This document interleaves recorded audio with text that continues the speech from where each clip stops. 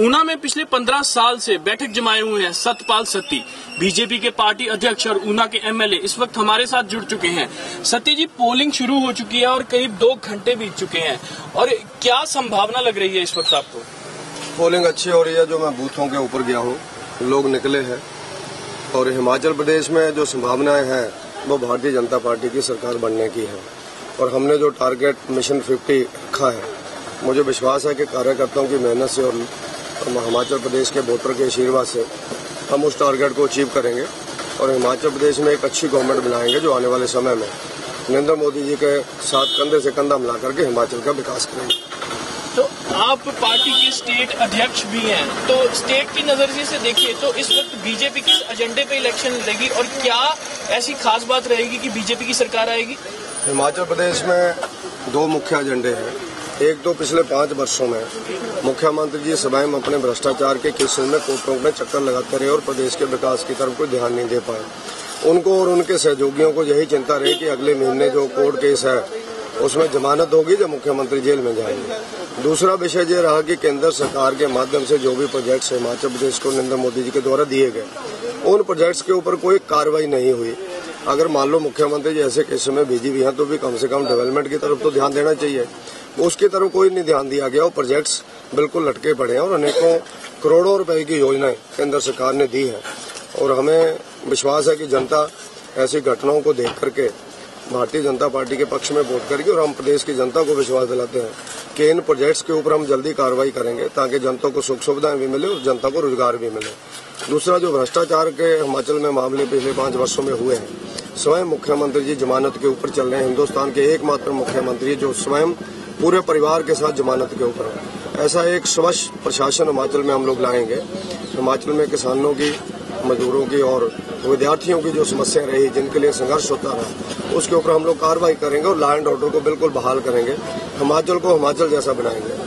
अच्छा, अगर बात करें ऊना की, ऊना में 5 विधानसभा सीटें हैं, तो इसमें से बीजेपी कितनों पे जीत हासिल कर सकेगी? क्योंकि जो इंडस्ट्री मिनिस्टर है मुकेश अग्निहोत्री, वो भी इसी ऊना के एक हरौली से लड़ रहे हैं। हिमाचल प्रदेश के इस लोकसभा क्षेत्र में भारतीय जनता पार्टी की पहले ही 17 में से 11 सीटें हैं, तो हम ये मान करके चलते हैं कि मैक्सिमम सीट्स इसमें से भारतीय जनता पार्टी लेकर के जाएगी, क्योंकि हमीरपुर लोकसभा क्षेत्र भारतीय जनता पार्टी का और आदरणीय धूमल जी का गृह क्षेत्र पड़ता है। तो उसके नाते ऊना में जो भी चल रहा है मामला, भारतीय जनता पार्टी का 5 की 5 और 1-2 सीटें जो हैं जहां हमें दिक्कत लग रही है, उस पर भी 2-3 दिन में हमने कंसंट्रेट किया है, कार्यकर्ताओं को आगे बढ़ाया है। तो हम लोग मान के चलते हैं कि ऊना में 5 की 5 सीटें आए और इस लोकसभा क्षेत्र से maximum seats Bharatiya Janata party के पक्ष में जाए ताकि हम 50+ के टारगेट को अचीव कर सकें। तो बीजेपी सरकार आने के बाद ऊना के लिए क्या स्पेशल पैकेज है आपके पास?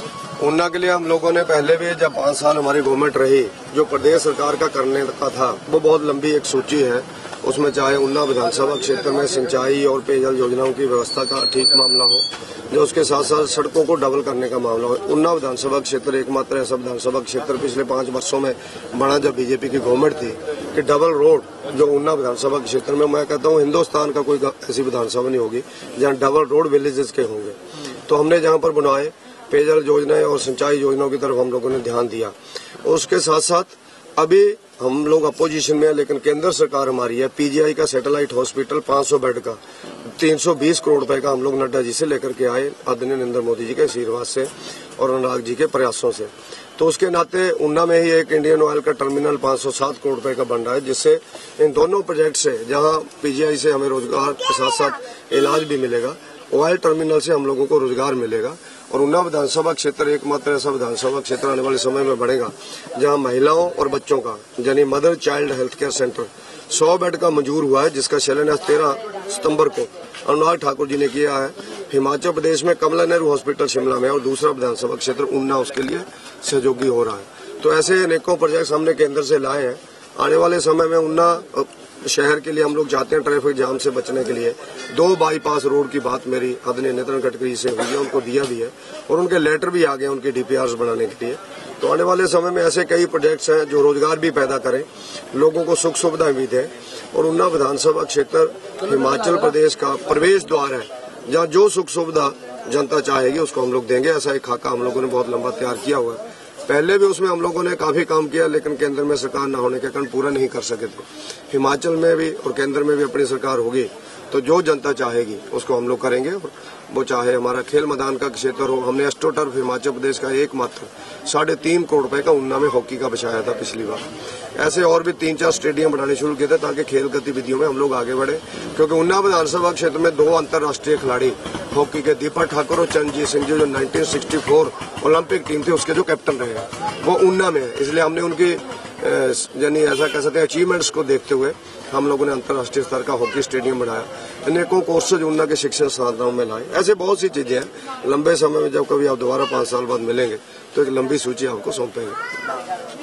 तो बीजेपी के पार्टी अध्यक्ष जिन्होंने बताया कि बात हो चाहे पीजीआई की, या हो सड़कों की, या हो खेल की, ऊना रहा है सबसे ऊपर। इसीलिए 15 साल से ऊना में सतपाल सत्ती का नाम अभी तक गूंज रहा है और अगर इस बार जीतते हैं तो ये 20 साल हो जाएंगे। कैमरा पर्सन गिरीश दुर्गापाल के साथ अमनदीप दीक्षित, एबीपी न्यूज, ऊना।